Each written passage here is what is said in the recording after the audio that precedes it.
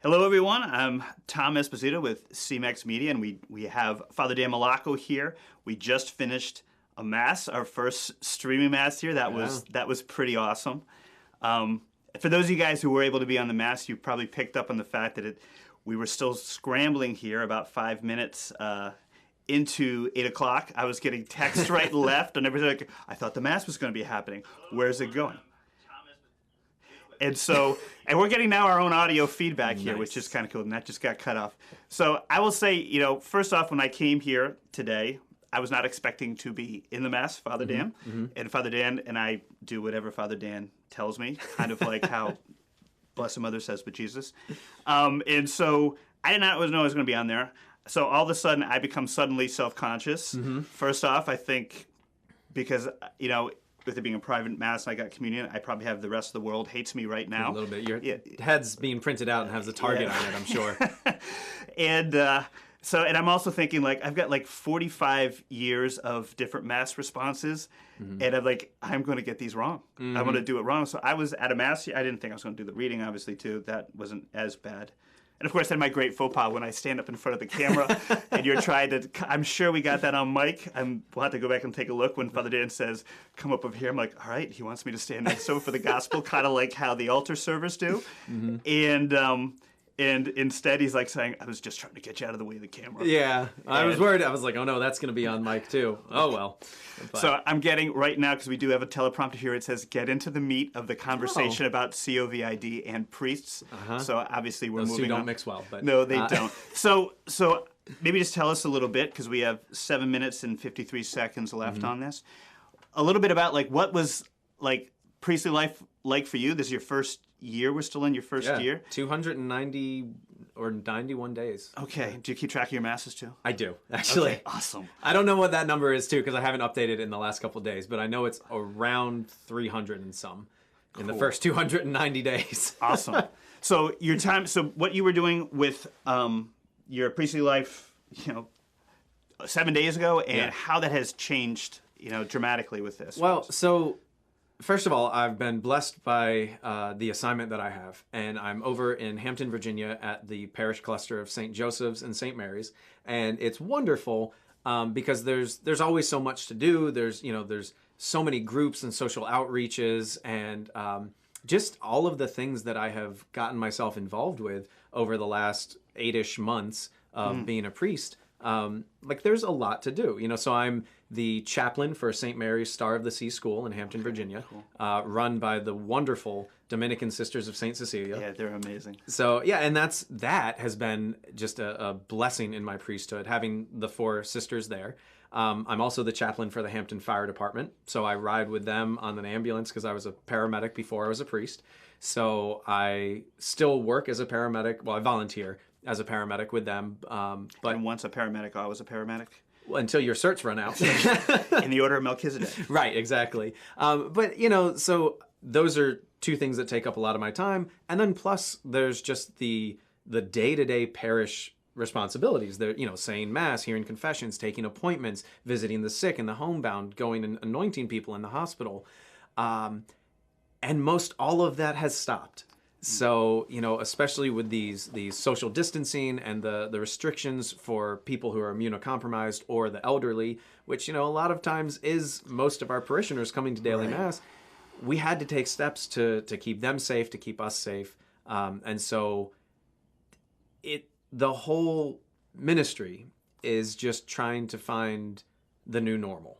And I don't just mean in the parish cluster in Hampton. I mean all of the priests around the world. I know in America there are no dioceses left that have public masses. You told me that this morning. That was hard because I think a lot of us were ready to travel. Right. Well, and so I think all of us are figuring out what it means to be a priest kind of on lockdown, And I will say, fortunately, in my time in seminary, I read 2 great books that I think have helped prepare me for this. And the first being A Road to Hope by Cardinal Francis Van Thuan of Vietnam, who was an archbishop and a political prisoner in solitary confinement for years. I mean, the picture of the book that I have is him saying Mass on his knees with crumbs of bread and drops of wine in his hand that would be smuggled into him while he was in prison. The other great book is by Father Walter Chiswick. Okay. And it's not the one that everyone thinks of. It's not To Russia with Love. He Leadeth Me.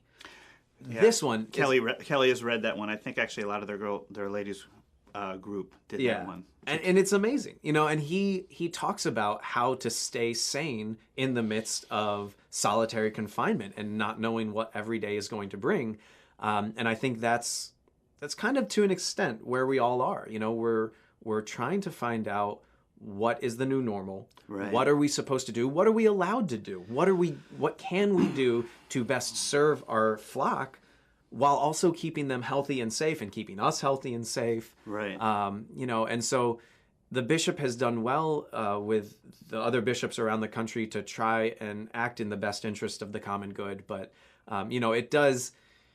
it brings a certain sadness to us, especially in my first year of priesthood. But I think even if you've been a priest for 45 years, to know that you're not able to function in the same capacity that you're used to, it really is just tough. So how about, obviously we can't get to Mass, other than the opportunity for streaming online.